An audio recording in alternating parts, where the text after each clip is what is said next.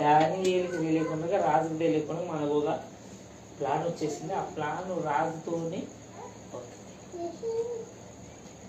ఒకవేళ రాజుకి ఇవన్నీ మనం ముందే చెప్పామనుకోండి దానియేలు గురించి అని, ఆయన అమలు చేయాలి. దానికన్నా మనం ఏం చేయాలి?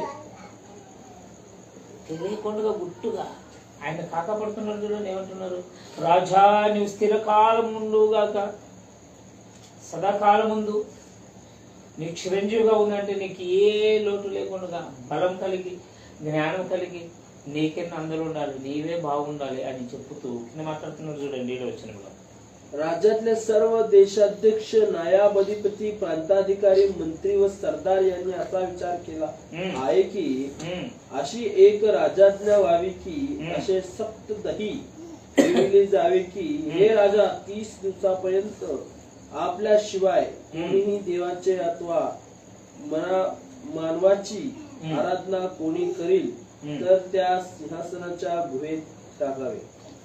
ఇలా ఆలోచన చూడండి ఏమంటున్నారు. రాజా మేమందరం కలిసి ఒక మాట మాట్లాడుకున్నాం, ఒక ఆలోచనకు వచ్చాము, ఒక నిర్ణయంకి వచ్చాము. ఇప్పుడు మీరు మాత్రమే కావాలి మాట, మీరు ఒకే ఓకే అందరికి సమ్మతం. ఎందుకు తెలుసా, ఇలాంటివి కొన్ని కొన్ని కొత్తగా నడవాలి. ఒక శాసనం తెస్తాం మనం. ఏంటి, అప్పుడు కాలంలో రాజు మాట ఇస్తే మాట మీద నింబడాలి. ఇప్పుడులా కాదు, మన మంత్రులు, ముఖ్యమంత్రులు, ప్రధానమంత్రులు ఎలక్షన్ అప్పుడు ఇది చేస్తా అది చేస్తారా, అది సగం కూడా చేయాలి. అప్పుడు అలా కాదు, సంపదండి సంపాది ఏదైనా ఇస్తంటే ఇవ్వాలి. రాజుల మాట అందుకే అంటారు రాజుల మాట. అయితే వాళ్ళు అంటున్నారు, ఏ మనుషుడు ఏ దానికి కానీ ఇతరుల వాళ్ళకి కానీ ఏం చేయకూడదంట, నమస్కారం చేయకూడదు, నీకు మాత్రమే చేయాలి. అక్కడప్పుడు రాజు వాళ్ళు అంటారు, నీకు మాత్రమే నమస్కారం చేయాలి. ఏ మనుషులని కానీ, ఏ మనిషికి కానీ దేనికి కానీ చేయకూడదు. రాజపు ప్రధానులను, సేనాధిపతులను, అధిపతులను, మంత్రులను, శాస్త్రాధిపతులను అందరూ కూడి రాజు ఒక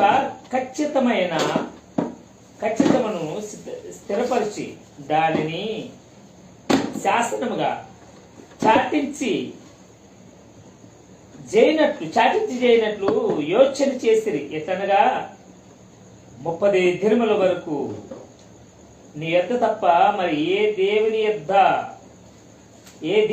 అయినను మానవుని యొద్ద అయినను ఎవడును